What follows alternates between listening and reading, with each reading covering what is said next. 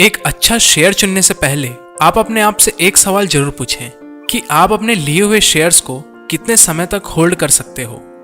देखिए, share market में सबसे आसान चीज होता है खरीदना और बेचना। ये कोई भी कर सकता है, या कभी कभी हम गलती से मल्टी बैगर स्टॉक भी खरीद लेते हैं। लेकिन खरीदने के बाद सबसे मुश्किल काम जो होता है वो होता है होल्ड करना, क्योंकि खरीदने बेचने से आप कभी भी अमीर नहीं बन पाओगे। अमीर तभी बनोगे जब आप होल्ड करना सीख जाओगे। अब सवाल ये है कि होल्ड करने के लिए हमें उस कंपनी के फ्यूचर और फंडामेंटल्स की भी जानकारी होनी चाहिए, या फिर हमें एक अच्छी कंपनी की भी जरूरत पड़ती ही है जो हमें हर साल अच्छा प्रॉफिट देते रहे। तो आज का वीडियो इसी टॉपिक के ऊपर है कि लॉन्ग टाइम के लिए एक अच्छी कंपनी कैसे चुने। तो इसके लिए मैं आप लोगों को 10 इंपॉर्टेंट पॉइंट बताऊंगा, जिसे फॉलो कर आप भी एक मल्टी बैगर और ट्रस्टेड स्टॉक आसानी से खोज पाएंगे। तो चलिए शुरू करते हैं। पॉइंट 1, सही सेक्टर फाइंड करें। दोस्तों, इंडियन शेयर बाजार में लगभग 5000 से भी ज्यादा कंपनियां लिस्टेड हैं, और इनमें से एक अच्छा स्टॉक खोज कर निकालना थोड़ा सा मुश्किल हो सकता है। तो स्टॉक से पहले आप एक अच्छा सेक्टर फाइंड करिए। आप उस सेक्टर को चुने जिसमें आपको ग्रोथ की संभावना ज्यादा नजर आती हो, जैसे कि power sector, pharma sector, FMCG sector या बैंकिंग सेक्टर। और भी बहुत टाइप के सेक्टर्स मौजूद हैं। आपको एक और चीज ध्यान देनी है कि आपको पुराने प्रोडक्ट्स बेचने वाली कंपनियों को नहीं चुनना है। आपको वैसी कंपनी फाइंड करनी है जिसके प्रोडक्ट्स की फ्यूचर में भी डिमांड हो। पॉइंट 2, कंपनी के बिजनेस को समझें। अब कई इन्वेस्टर बिना सोचे समझे किसी के भी टिप में या फिर सस्ते प्राइस वाले स्टॉक्स को खरीद लेते हैं, लेकिन उन्हें ये नहीं पता होता कि कंपनी आखिर करती क्या है। किसी स्टॉक को खरीदने का मतलब यही होता है कि आप उस कंपनी के बिजनेस पर अपना पैसा लगा रहे हैं, और जब आपको यही नहीं पता रहेगा कि कंपनी का बिजनेस क्या है, तो फिर आप गैम्बलिंग ही कर रहे हो, और ये आपका पैसा बर्बाद भी कर सकता है। तो आप निवेश उसी कंपनी में करिए जिसका बिजनेस आप समझते हो। आप जानिए कि कंपनी क्या बिजनेस करती है, कौन से प्रोडक्ट्स बेचती है या कौन से सर्विस प्रोवाइड कराती है। पॉइंट 3, फाइनेंशियल डाटा चेक करिए। ये कंपनी एनालिसिस का सबसे इंपॉर्टेंट पॉइंट है। आप जिस भी कंपनी को चुनते हो तो उसका 3 फाइनेंशियल डाटा जरूर देखें। पहला, balance sheet report. Balance sheet report में मेनली हम कंपनी का एसेट और लायबिलिटीज चेक करते हैं। अगर कंपनी का एसेट उसके लायबिलिटीज से ज्यादा होता है तो उसे अच्छा माना जाता है। दूसरा है प्रॉफिट एंड लॉस स्टेटमेंट। इसमें कंपनी के प्रॉफिट और लॉस की जानकारी दी गई होती है, और सेल्स की भी। आपको पिछले 5 सालों का profit and loss statement check करना है। पिछले 5 सालों में अगर कंपनी अपना सेल्स और प्रॉफिट बढ़ाते जा रही है तो उसे हम एक अच्छी कंपनी मान सकते हैं। तीसरा है कैश फ्लो स्टेटमेंट। किसी भी कंपनी में हम मेनली 3 प्रकार के कैश फ्लो को देखते हैं। पहला, ऑपरेटिंग कैश फ्लो। दूसरा, इन्वेस्टिंग कैश फ्लो। और तीसरा, फाइनेंसिंग कैश फ्लो। और आपको ये देखना है कि ये तीनों कैश फ्लो के आंकड़े पॉजिटिव में होने चाहिए। नेगेटिव कैश फ्लो सही नहीं माना जाता, और कंपनी में अगर फ्री कैश फ्लो होती है तो उसे और भी बेहतर माना जाता है। दोस्तों, ये तीनों स्टेटमेंट मैंने आपको शॉर्ट में बताया है। अगर आप डिटेल में जानना चाहते हैं तो मैंने इन तीनों स्टेटमेंट का सेपरेट वीडियो बनाया है। आप मेरे चैनल पर जाकर उसे देख सकते हैं।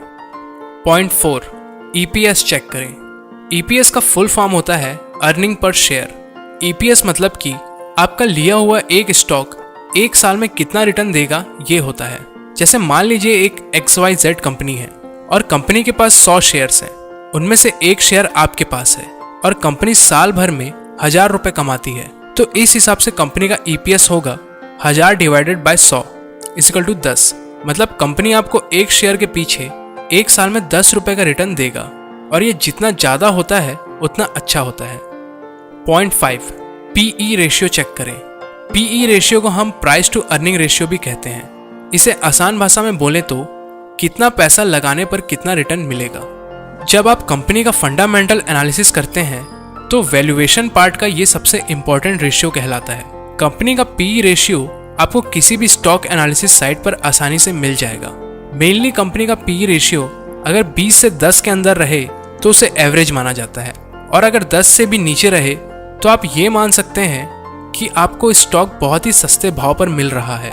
एक बात और, अगर कंपनी नई है और करंटली प्रॉफिट नहीं कमा पा रही है या नुकसान में है तो ऐसी कंपनी का पी रेशियो देखने का कोई मतलब नहीं होता। पॉइंट 6, ROE और ROCE, ये दोनों रेशियो शेयर सिलेक्शन करते वक्त बहुत ही इंपॉर्टेंट माने जाते हैं। पहला है ROE, जिसको हम रिटर्न ऑन इक्विटी कहते हैं। ये बताता है कि कंपनी अपने इक्विटी पर कितना पैसा बना रहा है या कमा रहा है। दूसरा है ROCE, इसको हम रिटर्न ऑन कैपिटल एम्प्लॉयड कहते हैं। ये रेशियो ये बताता है कि कंपनी ने अपने इन्वेस्टमेंट पर कितना रिटर्न कमाया है। तो अगर आप कंपनी एनालिसिस करते हैं और जिस कंपनी में अगर डेप्ट यानी कि कर्जा नहीं होता तो उसमें आप ROE देखिए, और जिस कंपनी में डेप्ट होता है उसमें ROCE देखना भी जरूरी हो जाता है। और अगेन, ये दोनों की डिटेल वीडियो मैंने बना रखी है, आप चैनल पर इसे चेक कर सकते हैं। पॉइंट 7, कंपनी का कर्ज देखें। किसी भी अच्छे स्टॉक्स को कैसे ढूंढने, इसका सबसे खास जवाब है डेप्ट। आपको सबसे पहले यही देखना है कि कंपनी के पास कर्जा कितना है। अगर कंपनी का कर्जा बहुत ज़्यादा है तो उसको ज़्यादा ब्याज भी चुकाना पड़ेगा, और अगर उसके प्रॉफिट का ज़्यादा हिस्सा ब्याज चुकाने में ही चला जाएगा तो उसके पास बचेगा क्या। तो आपको हमेशा डेप्ट फ्री कंपनी ही प्रीफर करनी चाहिए। Point 8, dividend. जिन कंपनियों का फाइनेंशियल कंडीशन सही होता है और कंपनी प्रॉफिटेबल होती है तो वो अपने शेयर होल्डर्स को डिविडेंड पे करती है।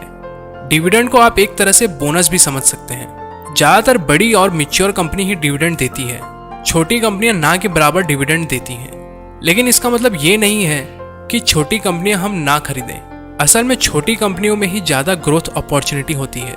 तो ये आप पर डिपेंड करता है कि आपको डिविडेंड चाहिए या फिर ग्रोथ। पॉइंट 9, कंपनी का मैनेजमेंट चेक करें। किसी भी कंपनी का मैनेजमेंट उसकी सोल मानी जाती है। एक अच्छी मैनेजमेंट कंपनी के फ्यूचर को ब्राइट बना सकती है और कंपनी को खराब हालात से बाहर निकाल सकती है, और वही बुरी मैनेजमेंट अच्छी कंपनी को भी डुबा सकती है। मैनेजमेंट चेक करने के लिए आप मैनेजर का एक्सपीरियंस चेक करिए, उसकी हिस्ट्री चेक करिए, उसका विजन क्या है कंपनी को लेकर ये देखिए। ये सबसे आपको कंपनी मैनेजमेंट की अच्छी खासी जानकारी हो सकती है। Point 10, shareholding pattern check करें। किसी भी कंपनी का शेयर होल्डिंग पैटर्न ये दिखाता है कि कंपनी का शेयर किन किन लोगों के पास है। इसमें सबसे इंपॉर्टेंट होता है प्रोमोटर होल्डिंग्स। आपको वही कंपनी प्रिफर करनी चाहिए जिसका प्रोमोटर्स होल्डिंग 50% से भी ज़्यादा हो। फिर उसके बाद आप ये भी देख सकते हैं कि म्यूचुअल फंड वाले या इन्वेस्टिंग फर्म वाले कितना % उस कंपनी में स्टेक लिए हैं। एक और बात, प्राइवेट बैंकों के शेयर में प्रोमोटर होल्डिंग्स नहीं होता कि प्रोमोटर्स अपने शेयर्स को प्लेज यानी कि गिरवी तो नहीं रख रहे हैं। दोस्तों, अगर आप शेयर मार्केट पर सही तरीके से रिसर्च और एनालिसिस के बेस पर स्टॉक चुनेंगे तो आपको नुकसान कभी नहीं होगा। आपको अपने पोर्टफोलियो में कम से कम 7 स्टॉक्स तो रखने ही चाहिए, वो भी अलग अलग सेक्टर्स के, और कोशिश करें कि अपने फाइनेंशियल नॉलेज पर ही शेयर मार्केट में इन्वेस्ट करें। और अगर आप इतना फंडामेंटल एनालिसिस नहीं कर सकते तो म्यूचुअल फंड आपके लिए बेस्ट ऑप्शन है। तो आज के लिए बस इतना ही। आई होप आपको आज की वीडियो पसंद आई हो। अगर वीडियो आपको हेल्पफुल लगी हो तो इसे लाइक और शेयर जरूर करें, और चैनल को सब्सक्राइब भी। तो मिलते हैं नेक्स्ट वीडियो में। धन्यवाद।